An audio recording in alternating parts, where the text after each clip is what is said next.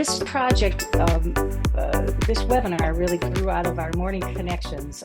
We do open networking every Thursday morning at 8:30, and a couple of folks on the call were like, "Hey, we should talk about the Farm Bill and how that impacts all of us." And that's where I want to really um, say thank you to our partners at the Center of Rural Affairs with Cora, and Climate Land Leaders with Teresa, because they were really the two folks that really got us going, and Sarah Hunt to be a part of that too. So we have a great group today, and I just want to do some quick intros. Kaylee Olson is going to be our first presenter, and Kaylee is a policy manager for farm and conservation with the Center for Rural Affairs. Kaylee joined the center in April 2021 as a policy organizer, focusing on work, lands conservation programs, and in her role as policy manager, Kaylee oversees the center's ag and conservation portfolio, and she also works directly with federal lawmakers to strengthen the Conservation Stewardship Program, Rural Micro Entrepreneur Assistant Program, and other Farm Bill programs that impact producers in rural communities. Kaylee also manages a small cow-calf operation on her family's farm, which has been a model of conservation practices for more than 20 years. So we're excited to have Kaylee with us. And our next presenter is Wendy Johnson. And Wendy is a federal policy co-lead for Climate Land Leaders. Wendy is a wife and a mother to a daughter and a fury of animals. She leads Climate Land Leaders work on federal ag policy. Wendy grows corn, soybeans, and small grains with her father on Centerview Farms and organic grains, hay, sheep, cattle, pigs, and wool with her husband and daughter on the Seoya Food and Fiber Farm in Charles City, Iowa. She is the chair of the USDA Farm Service Agency State Committee in Iowa and works for markets for her farm's products through Counting Sheep Company and 99 Counties. She loves walking in the woods and hosting multicultural experiences on their farm. And then our next presenter is Rachel. Rachel is with the community engagement with the food group. So Rachel Holmes. Rachel has a career spanning over a decade. And she has dedicated herself to addressing food insecurity, championing systems change, and social justice. She spent 10 years at Hunger Solutions in Minnesota, where she most recently served as the associate director. In her current role, Rachel works to develop meaningful connections with partnerships to drive impactful policy change. Rachel's commitment to food as fundamental human right began early in her career as a SNAP outreach associate, where she has connected Minnesotans in need with vital nutrition programs. Her experiences on the Minnesota Helpline, where she listened to the stories of those seeking help, fueled her passion for creating a more inclusive and just food system for all. And last but not least, Colleen Landkamer. And Colleen is our state director for USDA here in Minnesota, Rural Development. Colleen was appointed in 2022 by President Biden to serve as the Minnesota State Director for Rural Development. She was first appointed by President Obama to serve as state director in Minnesota in 2009 and continued the service for 8 years through the end of the administration. She began her career in public service back in 1988 when she was first elected to the Blue Earth County Board of Commissioners. She served Blue Earth County as a commissioner for 25 years.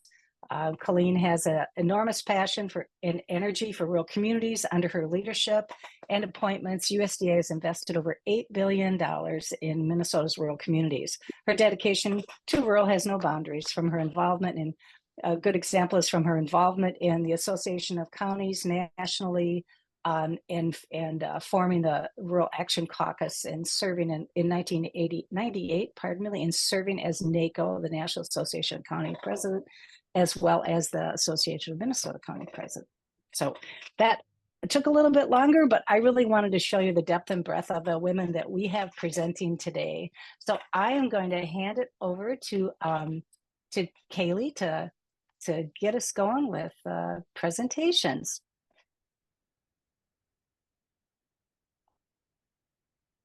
Awesome. Thanks, Teresa. I'm going to dive right in. So as Teresa said, my name is Kaylee Olson. I'm a policy manager at the Center for Rural Affairs. And I get the pleasure of walking you all through a kind of Farm Bill Fast and Furious 101 today. I wanted to start my presentation just asking, what is the Farm Bill? When I started at the center 3 years ago, I thought I knew what the Farm Bill was, and I did, but only to a certain point. And it's important to lay the groundwork, I think, for these conversations. So the Farm Bill is omnibus legislation that is passed approximately every 5 years. And omnibus legislation is essentially one big package of smaller bills that helps Congress more effectively move policy through all of the hoops that it has to go through to become law. So our most recent Farm Bill that was passed back in 2018 actually expired last September 30th, 2023. But to buy a little bit more time for drafting and negotiations, Congress passed an extension of that Farm Bill through this coming September 30th, 2024, at which point we'll either have a new Farm Bill or be looking at another extension.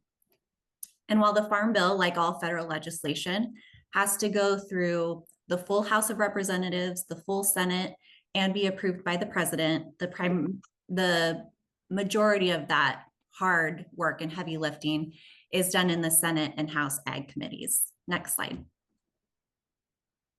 So what does the Farm Bill cover? If you're like me and you're a Midwestern girl, the kind of things that first come to mind are, corn, soybeans, and cattle, maybe crop insurance.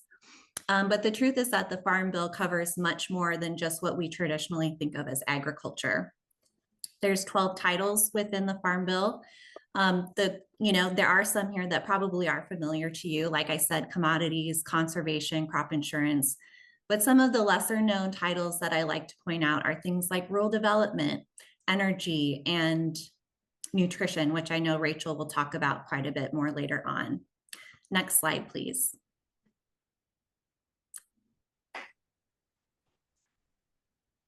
This pie chart, I think, is really important when we talk about framing the Farm Bill because it breaks down funding between those 12 titles. So if we're looking at a Farm Bill that back in 2018 had a projected price ticket of $420 billion, you'll see here that roughly 3/4 of that money goes to the nutrition title alone. The next 3 titles are crop insurance, commodities, and conservation. And then the remaining 8 of those titles are bundled into that 1% of the funding pie chart. And so I like to share this just because it kind of sets a stage when we're trying to understand what might be happening in some of the negotiations. Next slide, please. You can click through these, Denise. I just wanted to briefly show you, the Farm Bill is vast. This is just a small fragment of the programs that are covered in the Farm Bill. Next slide, please. So who's in charge? Like I said, the full House, the full Senate, the president all have to get on the Farm Bill, on board with the Farm Bill before it becomes law. But there are 4 key players here when we talk about drafting the Farm Bill and the subsequent negotiations. And those are the chairs and ranking members of both the House Ag Committee and the Senate Ag Committee. I have their names listed out here for you to take a look at, but I think what's important to point out here is that the House of Representatives is Republican-led and the Senate Ag Committee is Democrat-led, which just is important with the framing because it, on one hand, it creates like a nice balance of power and thinking. On the other hand, it makes it more challenging to negotiate, especially on tough topics. Next slide, please. Who's on committee? So we have leaders of those House and Senate Ag committees, but then we also just have committee members. And Minnesota is really lucky to have representative and strong representation on both the Senate and House Ag committees. On the House side, we have Representatives Angie Craig and Brad Finstad. And on the Senate side, we have Senators Amy Klobuchar and Tina Smith. And they have all been really lovely to work with. Next slide, please. So this is an important slide, and essentially this is a great graphic from the National Sustainable Agriculture Coalition that I'm not going to go through in too much detail, but I want to use it to demonstrate where we are right now with this process. Can you click, Denise? So on the Senate side, unfortunately, we're still at the very top of this process. Click again, Denise. The Rural Prosperity and Food Security Act of 2024, which is the Senate draft, all we have so far is a detailed summary of that legislation. Still has a long way to go. You can give a couple more clicks, Denise. On the House side, we're just a little bit further. The House Agriculture Committee has passed their Farm, Food, and National Security Act of 2024 out of the House Ag Committee. That happened back in May 2024, but it still has yet to go to the full floor. So as you can see, we've got a long ways to go. Next slide, please. So what's the holdup? If I were to summarize this slide, it would be one big $sign. Money generally tends to be the holdup, especially when we're faced with a farm bill like this one, which is a no new money farm bill, essentially meaning that if we're giving one program more money, it means we're going to have to take away from another program. Some of the more like controversial issues, for lack of a better word, are what to do with funding from the Inflation Reduction Act, reference prices for crop insurance, as well as nutrition funding. And as you all know, Congress is particularly divided this year. We have elections coming up in 2024. So there are a lot of different factors at play. Next slide. So what lies ahead? There's basically two scenarios that we're looking at. The first of these is probably the least likely. There's a scenario where Congress is able to go through the remaining steps in that process during the lame duck session, which is the brief time frame between the November elections and the start of the new year when the new Congress is installed. It's less likely, probably because during that time when members of Congress are on their way out, they're a little bit less likely to want to move major legislation forward. What's more likely is we'll probably see Congress pass another Farm Bill extension come the end of September and punt a new Farm Bill to 2025. Next slide. So that is my time, again, a very fast and furious Farm Bill 101, but I'm happy to answer any questions you might have at the end of the webinar. And I am going to pass it over to Wendy Johnson to talk a little bit more about that conservation title of the Farm Bill, as well as her experience as a producer. So thanks, everybody. Thank you, Kaylee. Can everybody hear me okay? All right.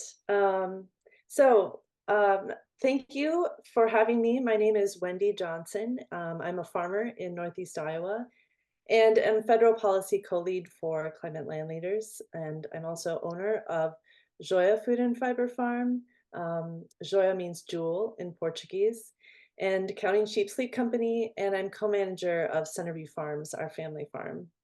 I really love working on federal policy because as a farmer, I feel like it's part of my responsibility to also advocate for the future of agriculture that I want to farm within. So Climate Land Leaders has given me that opportunity. Thank you very much. Next slide, Denise.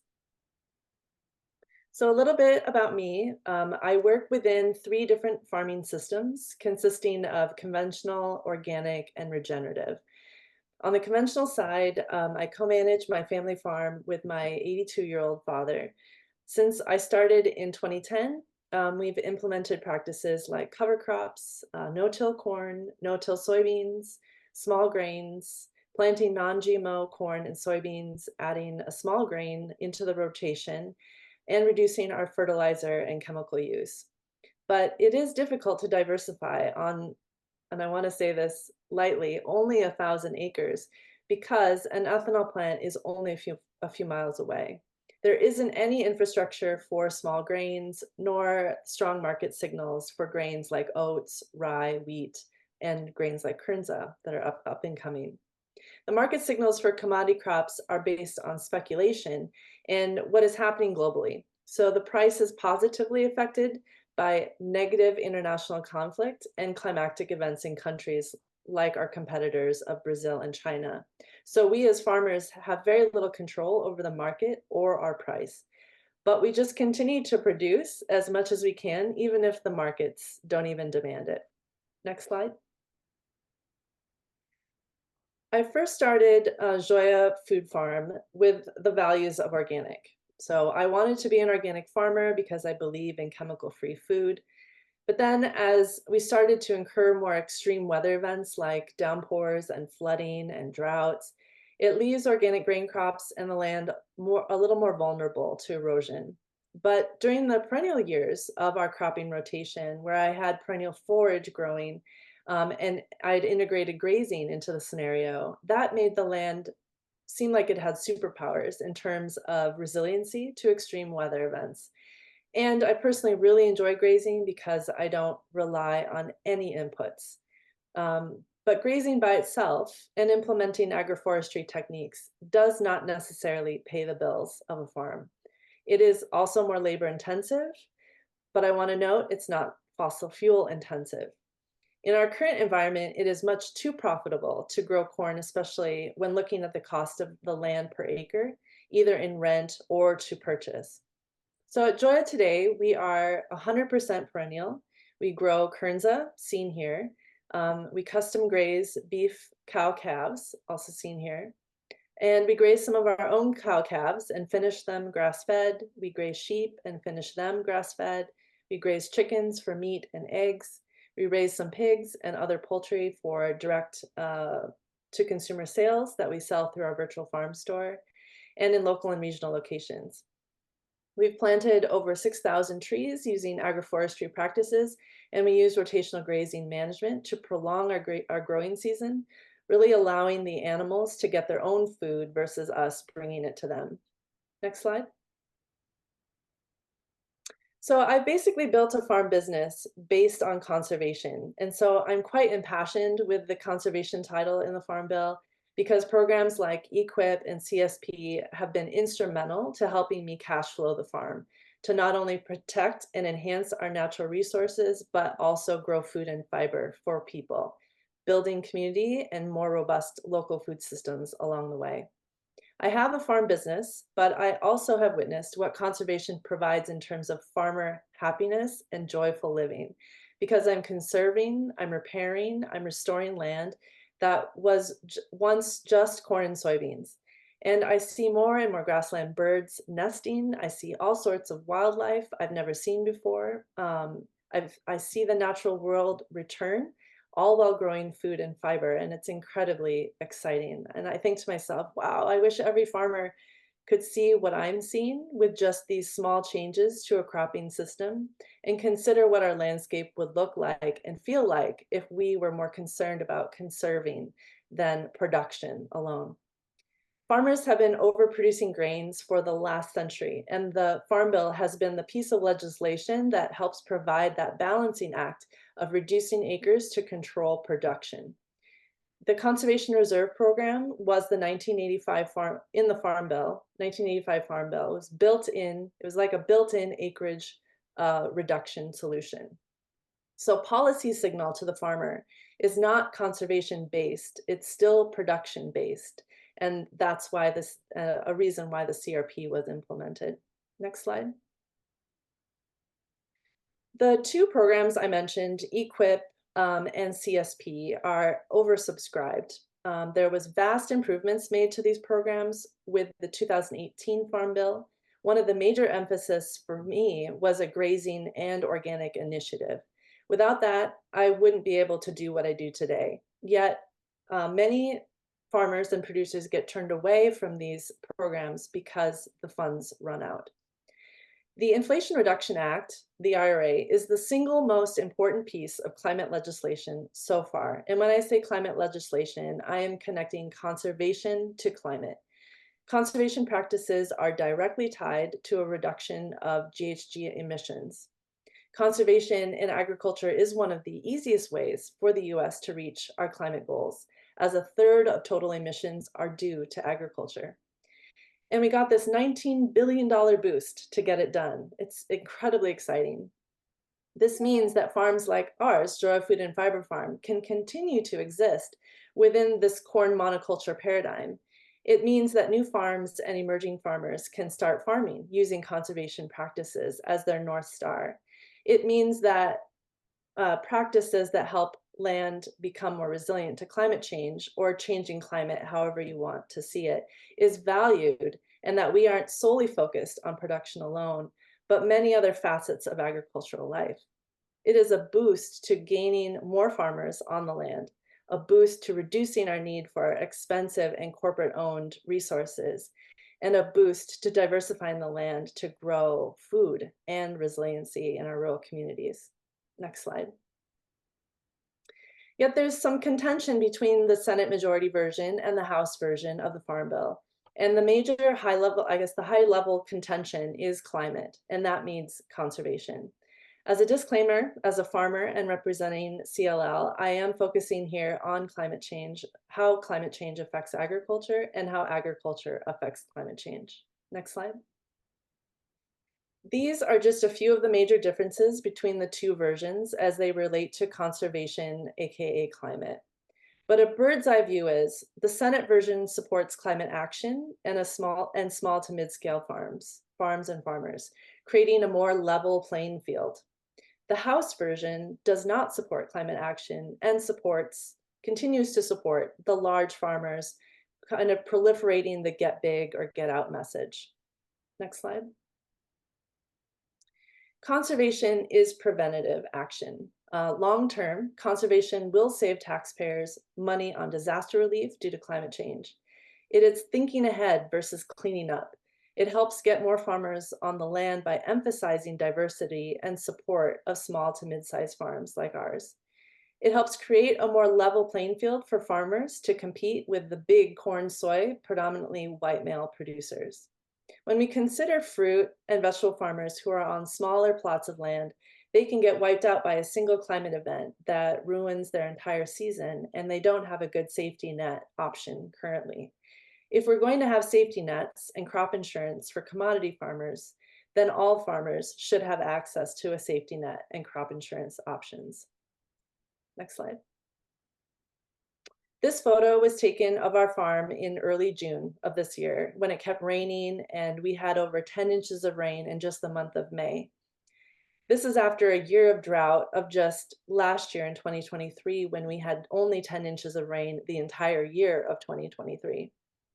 My farm is the green box. All of the darker brown lines around our farm is soil erosion due to flooding and too much rain at once on soils that aren't growing anything at that time.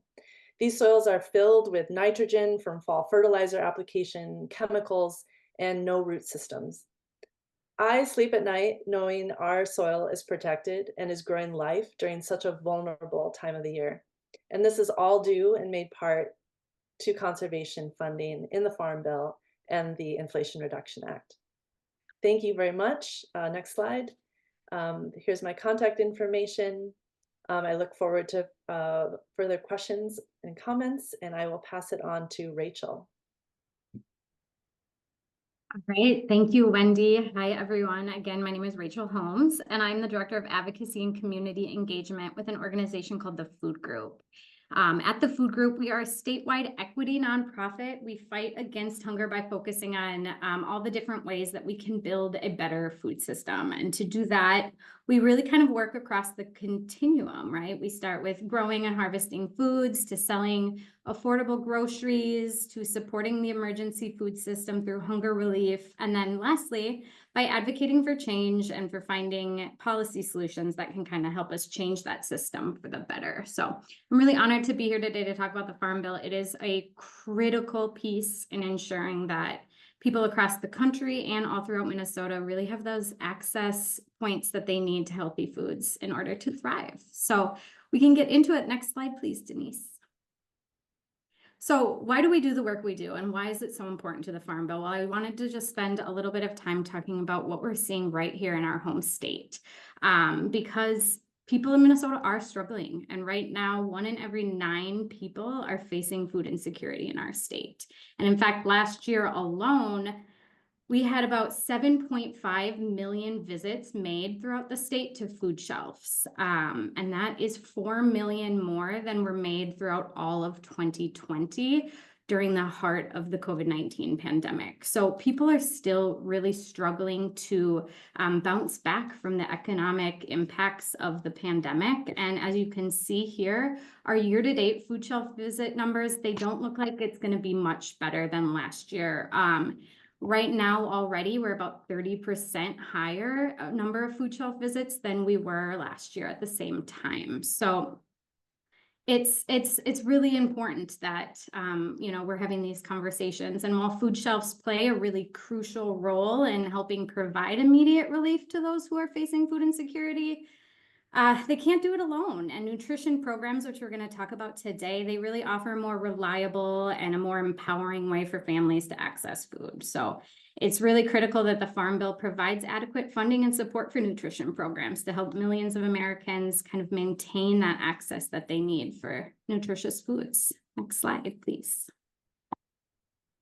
So as Kaylee had discussed earlier, the nutrition title of the Farm Bill accounts for well over half of the entire legislation. And the nutrition title primarily focuses on programs that provide food assistance to low-income individuals and families, programs that improve access to healthier foods, programs that offer nutritional education, and things like that. So SNAP is definitely the largest program and the one we're going to be talking about most today, but I did want to quickly mention a few of the other programs that are included in that title. They have the TFAP program, which is the Emergency Food Assistance Program. TFAP is a program that allocates funding so that the USDA can purchase surplus food commodities from US farmers, and those commodities go right into the emergency food system and right into the hands of families that need that additional support.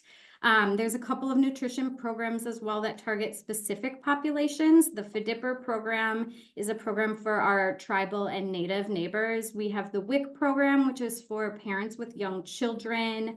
There's also CSFP, which is a program for older adults. And then there's a lot of other initiatives and education programs that focus kind of on expanding food access, like the Senior Farmers Market Nutrition Program you'll find in the nutrition title. The Gus Schumacher Nutrition Incentive Program, which is called GusNIP. If you've heard of that, that's also included in that title. So a lot of great programs besides SNAP too. Next slide. Thank you.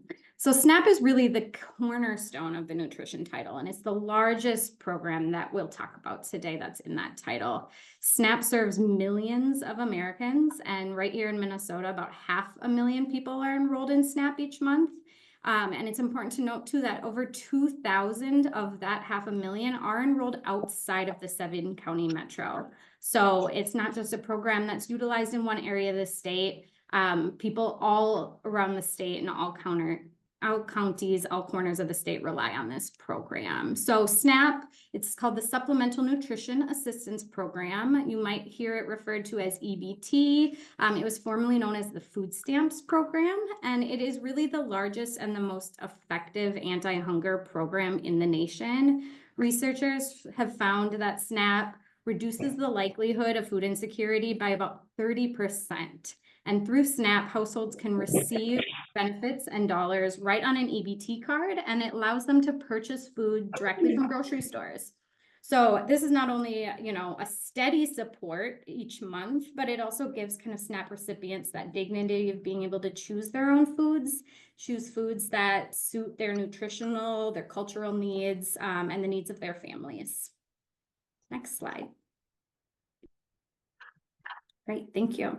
So what's included in this Farm Bill around SNAP? Well, the number one thing that anti-hunger advocates are really watching out for is a proposed $30 billion cut to SNAP benefits. And that is billion with a B. So a $30 billion cut is being proposed in the House bill.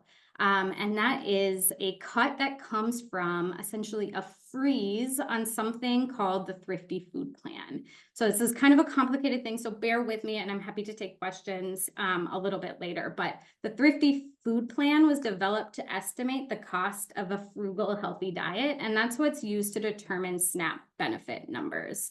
So the 2018 Farm Bill had a provision that requires the Thrifty Food Plan to be updated every 5 years, and that has increased SNAP benefits. So they are a little bit more modernized, and they meet kind of the modern consumption patterns that people have now, the new dietary guidelines and things like that that change pretty regularly. So it resulted in a great increase in SNAP benefits, but a freeze on that would essentially cut benefits by $30 billion over the next 10 years. Next slide, please.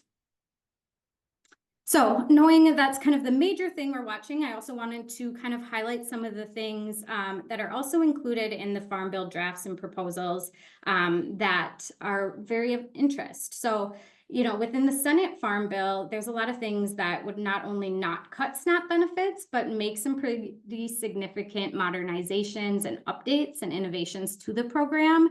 Just some key ones to call out. It would remove a lifelong ban on SNAP for those with drug-related felonies. It makes some updates and improvement to SNAP employment and training programs. It increases funding for some of these programs that we talked about earlier today, and just in general works to improve access for college students and for military families on SNAP. But unfortunately, what we're seeing in the House proposal is a pretty significant departure from the innovation that we're seeing in the Senate bill around SNAP.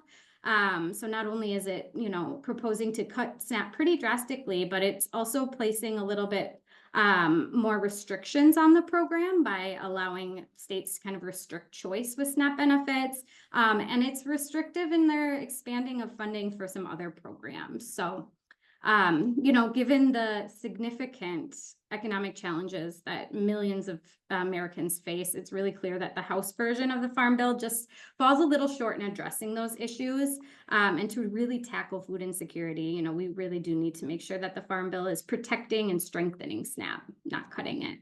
So next slide. That is all I have today. Look forward to answering any questions you have later, but I will pass it over to Colleen. Good morning, everybody. Well, I guess it's afternoon. Since you've heard about the Farm Bill quite a bit, and let me tell you that USDA's priorities are determined by the Farm Bill. So it's something that we are very interested in and well, we don't lobby, we can educate. So that's kind of our goal. So I'm going to kick the rural development programs off right away. We have more than 70 programs currently administered through rural development. We're always looking for better ways to improve our customer service and better address the needs of rural Americans. In the Biden administration, USDA has invested more than $2.5 billion, that's with a B, dollars, in Minnesota rural communities. And in the same amount of time, USDA has invested $108 billion nationwide in rural places. So it's an extremely important piece that we bring and in partnership to rural places. Next slide. USDA's Rural Business Cooperative Service offers businesses, energy and cooperative programs to support economic development. Our business programs provide financial assistance, business development, and technical assistance to rural businesses, including economic improvement agencies, small and very large businesses. We can do meat packing, fertilizer, and even apple orchards. So it's a broad spectrum that we can help businesses in. Our flagship business program is the Rural Energy for America program, also known as REAP. It helps agricultural producers and rural small businesses make energy efficiency and renewable energy investments to lower energy costs and generate new income. Our energy programs provide funding to implement energy efficiency improvements and install renewable energy systems like wind, solar, geothermal, and a bunch more. So the energy piece is very critical to rural Minnesota, and that's where a lot of our energy investments will be made. Next slide. Under Rural Development's housing service, we offer programs to build and improve housing and community facilities. Our single-family housing programs help low-income home buyers purchase or build homes with no money down. We also offer very low-income homeowners home repair loans and grants to repair and improve their homes For instance, furnaces, sidewalks, windows, that type of thing. Our multi-family housing program, which in reality is apartments that are owned by property owners. Through that, we can enable the property owners to develop and rehabilitate properties for low-income, elderly, and disabled individuals. And then there's our community facilities program. It provides affordable funding to develop community facilities in rural areas. For instance, hospitals, daycares, assisted livings, fire halls, fire engines, town halls, and daycare centers. It's a broad venue that would allow many of the things that you need in rural communities to be sustainable and move forward. Those come under community facilities. Next slide. Our USDA Rural Utilities Service provides much needed infrastructure improvements to our rural communities. Our water and environmental programs, also known as WEP, provide loans and grants for drinking water, sanitary sewer, solid waste, and storm drainage facilities in rural places. Our electric programs provide funding to maintain, expand, upgrade, and modernize rural electric infrastructure. And then last but certainly not least, our telecommunications programs helps rural communities obtain affordable and reliable telecommunications services. What some examples are broadband, also known as high-speed internet. The need for that across rural Minnesota and the rural nation is critical. We also do telemedicine services and distance learning services. So it makes a huge difference. And most of that was funded this time through the IRA, which was a huge boon for rural Minnesota and rural America. The next slide. So this is kind of a big slide that just shows some additional services that you can look at and click on and learn more about that. So I encourage all of you to visit our website. It's www.rd.usda/gov/min at, I'm going to say that again because I messed it up, www.rd.usda.gov/mn. And on our website, you can subscribe to our Gov Delivery, which will tell you all the programs that are open, what's going on, and opportunities there are for people to apply. Our programs sometimes are continuously open, and some of them actually have deadlines every quarter. For example, our Rural Energy for America program, the application period is every quarter. So that is all on our website. It also tells where our 13 offices are, and phone numbers for program contacts can be also found on our website. So our website's a great resource, and you can always call our offices. We're here to assist you. While we can't write your proposal for you, we can certainly answer questions and talk about what the needs are in those proposals. So be sure to utilize our staff. So the next slide, which is the end, it's just a few examples of ways that USDA is working to assist rural places. And I want to thank you for letting me talk to you today, and we all look forward to questions. Thank you. I'm assuming I send it back to Denise.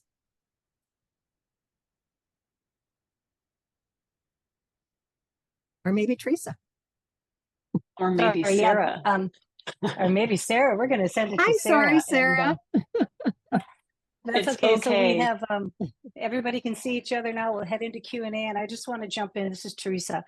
We will share everybody's contact information, organizational information, everything after the webinar. It will all be on our website. We found that in webinars, when we throw a ton of stuff in the chat, it distracts people sometimes. So we're trying to be more judicious about that and getting you it all at once. So Sarah, I'm going to hand over to you. We have a little time for questions. This was an information-rich webinar.